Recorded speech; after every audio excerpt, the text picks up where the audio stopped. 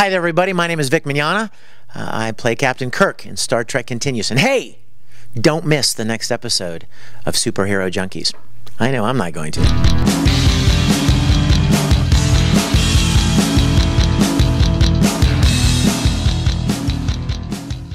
If you'll permit me, I will connect with your mind and reveal any additional information. It won't hurt you in any way.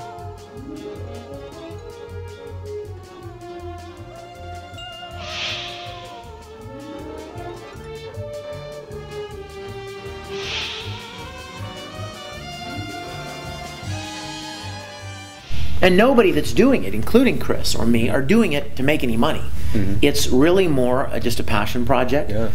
But so many people are enjoying what we're doing, and I mean, I hold no hope that we would ever get some kind of a deal to. We're not doing it for that anyway. But that wasn't the purpose. If that were to happen, it would be awesome. Well, I just think that the studios are closed-minded when it comes to that, because they want to if they do a Star Trek film, it all has to be about that Star Trek film, and they don't want any other history of Star Trek going on or things like that. And same thing with superheroes. They do a Batman versus Superman. They don't want any other Batman thing going on. Well, CBS has been very gracious in allowing fan films to exist on one condition, and that is, you don't make money with our property. Yeah. You can't monetize it. You can't commercialize it, and that's not what we're doing. Yeah. We launched the Kickstarter, and every penny we raised went right back into making kick-ass episodes, and nobody's making any kind of money at all. It's pure labor. Well, I did find a quarter on the floor once, and I put it in my pocket. You'll have to claim that. Give that back. Right. In the studio. Chris,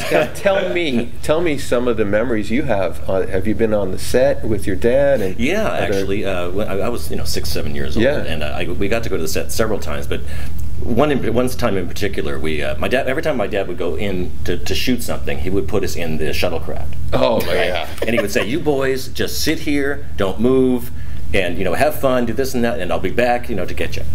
And so, Vic's heard this story. Who gets to do that? Oh my God, that's like a dream! And we had the original shuttlecraft. Yeah, the Galileo in our last episode. In the latest, which was kind of strange. I didn't get to see it at that point, but I thought, how strange is that?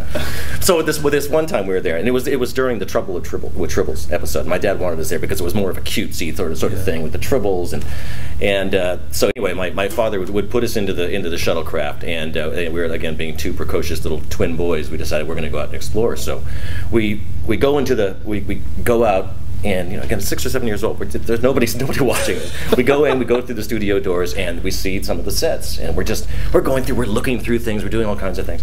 And if you remember the scene where Kirk opens up this hatch, the hatch above, storage compartment, he knows all Star Trek a lot. He even says it. Storage compartment full of grain. All these tribbles. Quadricritic Crowley or something. See, I knew he'd get that one. The what? So that's that same. So we saw that, and we wanted to know what was in there. So my brother got up on top of my shoulders, and he opened it up, and they all fell onto us. Wow. And, I mean, because it was probably getting ready for that next scene, and they were all held by this big, huge net behind it. And we were scared to death. We freaked out. We ran. We ran back to the shuttlecraft. We got back to the shuttlecraft, and probably no more than 2 or 3 minutes passed when my dad came up and he says, "You are such good boys." Little did he know. And the truth is, I told him about it probably in my 30s, and he got mad at me. Oh, wow. He got mad at me in my 30s for doing that. Wow. So let it go. I was a kid, right? Oh my God. Now Chris plays Scotty, and I gotta say, Chris, when I close my eyes, I actually see James Doohan when you're doing the Scotty. It's incredible. You're very kind, laddie. So I mean, the casting on the show is great. You've got everything. I mean, the uniform. It really is. The lighting, even the lighting. You have the colored lighting and everything. How did you find out about the lighting? Was that? Well, I mean, again, our genius director of photography, Matt Busey. I've worked with him on a few things, and he's amazing. And he and I sat down before we ever shot anything when we were talking about doing this project, and we sat down and we looked at stills, and we went through some of the episodes, and he analyzed them and okay, this is where the key's coming from, and he basically just kind of broke down the lighting scheme, like their style, what were they doing and how were they doing it. And from the very beginning, the goal was to make it look as much like the original series. And a lot of time is put into that. I mean, you just saying, the time they said, oh no, we got to need that shadow there, that light needs to be like that. There's a lot of time spent on it, really. Yeah. And a lot of people can build sets, and costumes can be really nice. But what we really wanted to focus on was telling good stories. To me, Star Trek was not about outer space at all. It was about the human condition. It was about humans interacting and the struggles that we have, and moral dilemmas and ethical questions, and that's been lost, even in JJ's films. It's all about ships blowing up and attacking the Klingons, and Khan and ship phaser battles, and I just, what I loved about the original series is what I missed in all of the subsequent versions of Star Trek. And so one of the reasons why we're only doing like 2 episodes a year, apart from the money to do more, is good stories.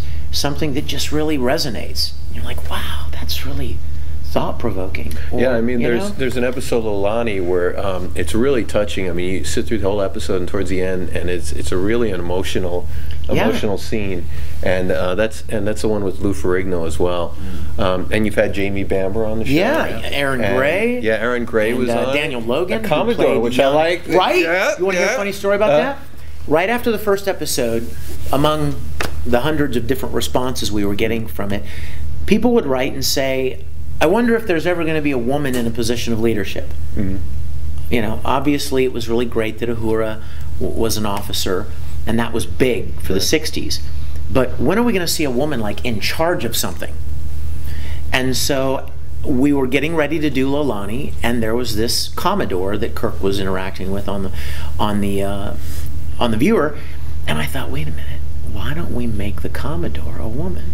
So that really came as a result of fans saying, we'd love to see a woman in charge. And so Erin and I are good friends, and I asked her to do it, and we went to a green screen studio and put her in a uniform and sat her at a table. Boom. And she did a great job. But yeah, she was. Awesome. Now, I also want to talk. Now you have that episode of Lani. You have Fairest of Them All, and Pilgrim Eternity. Of Eternity. Now, from the Pilgrim of Eternity, you have Michael Forrest, who was actually in that episode, Who Mourns for a Dime. Yes. Yeah. The original. The original. You know that the Apollo role. guy that grows up, and if you've seen the '66, the Greek god. The Greek god. Yeah. And I watched it. That was the first one I watched when I went to the site. And I was like, is that the same guy? Oh my God! Amazing. And he was fantastic. Yeah. What a wonderful man. Wonderful man. And he was retired. He came out of retirement because I made contact with him, and I met him at a deli. Wow. We had lunch, and I sat down and I said, I've written a story, and it's basically an Apollo redemption story. And he was like, I like it. and so I told him the story, and he liked the idea. And Scotty didn't like it at all. But we flew him and his wife, who played Athena. Oh, okay. That opening scene where the woman died in his arms. Shh, don't give it away. I mean, where she didn't die, and I'll put a spoiler alert before this. But and so we had a wonderful time with him. And even now, it's been a year at least since we shot that episode, and whenever we do any social events in town, he and his wife come. Yeah. Just to hang out. He's done more than I have. They have. He never shows up. But I'll stop. But Mike and Diana come, like they're just kind of part of the family now. And that's awesome. One of the things that I really love about Star Trek Continues is that we've really created a close-knit group of people. We don't just show up to do a production, Right. They're not just a bunch of hired guns, you know what I mean? They're people that like each other, and we've invested in this passion project. We all really enjoy being around each other. We have a great time when we get together and shoot. Now, Fairest of Them All, that's like the Mirror Mirror episode where Mirror Mirror left off, and we get to see what happened with the Empire. Okay, will we see more of the Fairest of Them All, Mirror Mirror episodes, anything like City on the Edge of Forever, where they go through the porthole or anything like that? Well, I don't have any specific plans to go to the Mirror Universe again. Okay. A lot of money and time and effort was put into I would imagine, customizing everything that was the part of Redressing the Captain's sets chair was over completely again. different. Oh yeah, I mean those logos that were all over the walls. Well, you gotta put those on, Yeah. right? And all the uniforms. Yeah. We couldn't use one uniform from the first 2 episodes. Oh wow. Because if you think about it, our first 2 episodes were basically like season 4. So they were wearing the stretch, the double knit, or not double knit, polyester spring weave. But in the original Mirror Mirror episode, that was still the second season, which they were still wearing velour. So not only could we not use the polyester uniforms, we had to custom make velour uniforms for Scotty and McCoy and Uhura. Finding velour. Oh yeah, and it stretched velour. They just don't even exist anymore. So, and then, Kirk was wearing that gold thing, and Spock was wearing something custom, and we had to create all of these custom uniforms for that episode. It was a huge undertaking. But Kirk could have gone shirtless the whole time. Well, we want them to keep watching, Chris. With the towel around the head and the neck.